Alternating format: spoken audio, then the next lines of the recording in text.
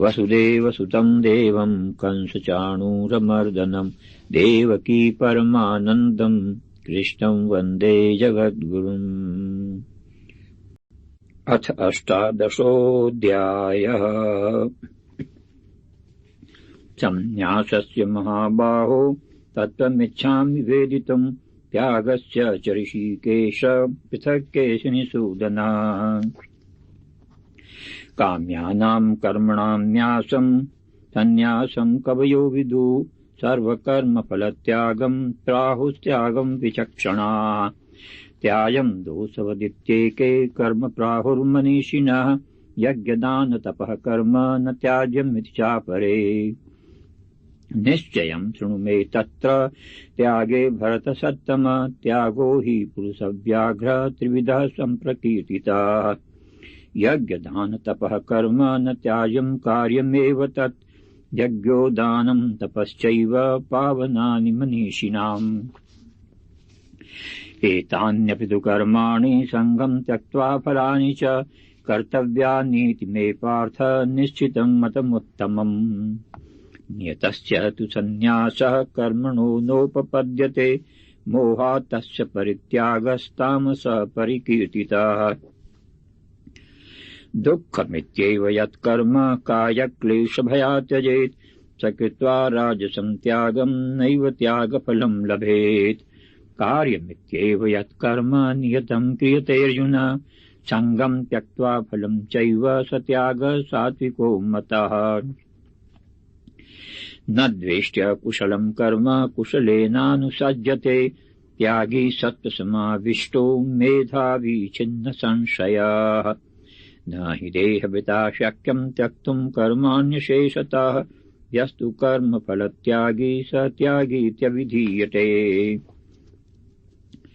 अनिष्टमिष्टं मिश्रं च त्रिविधं कर्मणः फलं भवत्यत्यागिनां प्रेत्य न तु सन्न्यासिनां क्वचित्। पञ्चैतानि महाबाहो कारणानि निबोध मे साङ्ख्ये कृतान्ते प्रोक्तानि सिद्धये सर्वकर्मणाम्। अधिष्ठानं तथा कर्ता करणं च पृथग्विधं विविधाश्च पृथक् चेष्टा दैवं चैवात्र पञ्चमम्। शरीरवाङ्मनोभिर्यत् कर्म प्रारभते नर न्याय्यं वा विपरीतं वा पञ्चैते तस्य हेतवः। तत्रैवं सति कर्तारम् आत्मानं केवलं तु यः पश्यत्य कृतबुद्धित्वान् न स पश्यति दुर्मतिः। यस्य नाहङ्कृतो भावो बुद्धिर्यस्य न लिप्यते हत्वापि स इमान् लोकान् हन्ति न निबध्यते। ज्ञानं ज्ञेयं परिज्ञाता त्रिविधा कर्म चोदना करणं कर्म कर्तेति त्रिविधः कर्म संग्रहः। ज्ञानं कर्म च कर्ता च तिथैव गुणभेदतः प्रोच्यते गुणसङ्ख्याने यथा वच्नुतान्यपि। सर्वभूतेषु येनैकं भावमव्ययमीक्षते अविभक्तं विभक्तेषु तज्ज्ञानं विद्धि सात्विकम्। पृथक्त्वेन तु यज्ज्ञानं नानाभावान् पृथग्विधान् वेत्ति सर्वेषु भूतेषु तज्ज्ञानं विद्धि राजसम्। यत्तु कृष्णवदेकस्मिन् कार्ये शक्तमहैतुकम् अतत्त्वार्थवदल्पं च तत्तामसमुदारितम्। नियतं सङ्गरहितम् अरागद्वेषतः कृतम् अफलप्रेप्सुना कर्म यत्तत् सात्विकमुच्यते। यत्तु कामेप्सुना कर्म साहङ्कारेण वा पुनः क्रियते बहुलायासं तद्राजसमुदारितम्।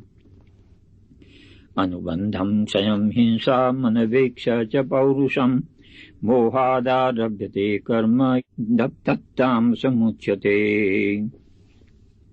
मुक्तसङ्गो नहं वादी धृत्योत्साहसमन्वितः सिद्ध्यसिद्ध्यो निर्विकारः कर्ता सात्विक उच्यते। रागी कर्मफलप्रेप्सुर्लुब्धो हिंसात्मको शुचिः हर्षशोकान्वितः कर्ता राजस परिकीर्तितः। अयुक्तः प्राकृतः स्तब्धः शठो नैष्कृतिको लसः विषादी दीर्घसूत्री च कर्ता तामसो उच्यते।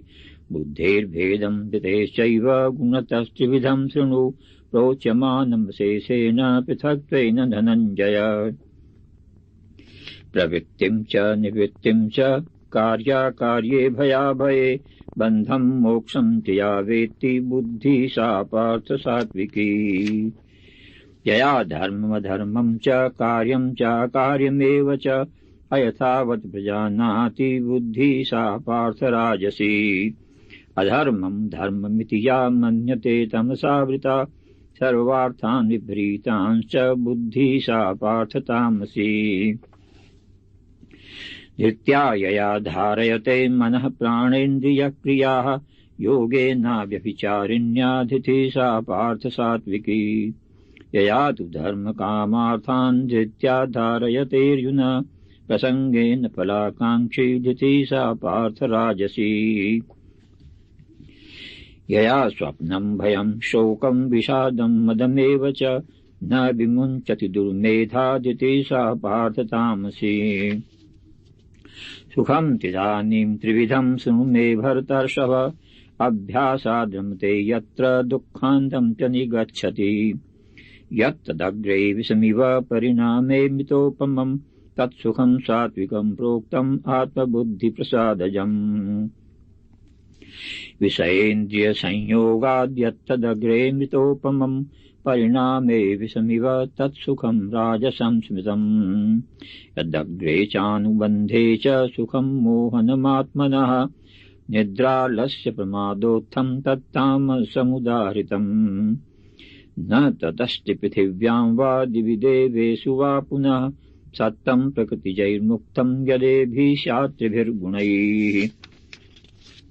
ब्राह्मण क्षत्रिय विशां शूद्राणां च परन्तप कर्माणि प्रविभक्तानि स्वभाव प्रभवैर्गुणैः। शमो दमस्तपः शौचं क्षान्तिरार्जवमेव च ज्ञानं विज्ञानमास्तिक्यं ब्रह्म कर्म स्वभावजम्। शौर्यं तेजो धृतिर्दाक्ष्यं युद्धे चाप्यपलायनं दानमीश्वरभावश्च क्षात्रं कर्म स्वभावजम्।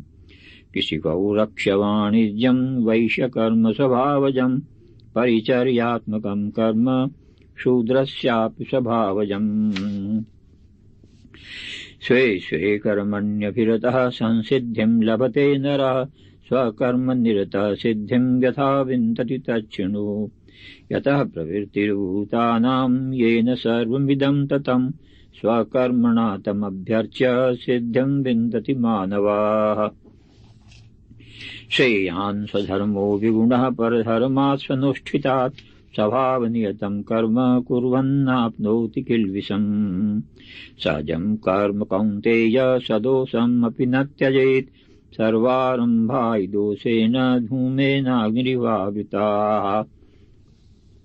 असक्तबुद्धिः सर्वत्र जितात्मा विगतस्प्रियः नैष्कर्म्य सिद्धिं परमां सन्न्यासेनाधिगच्छति।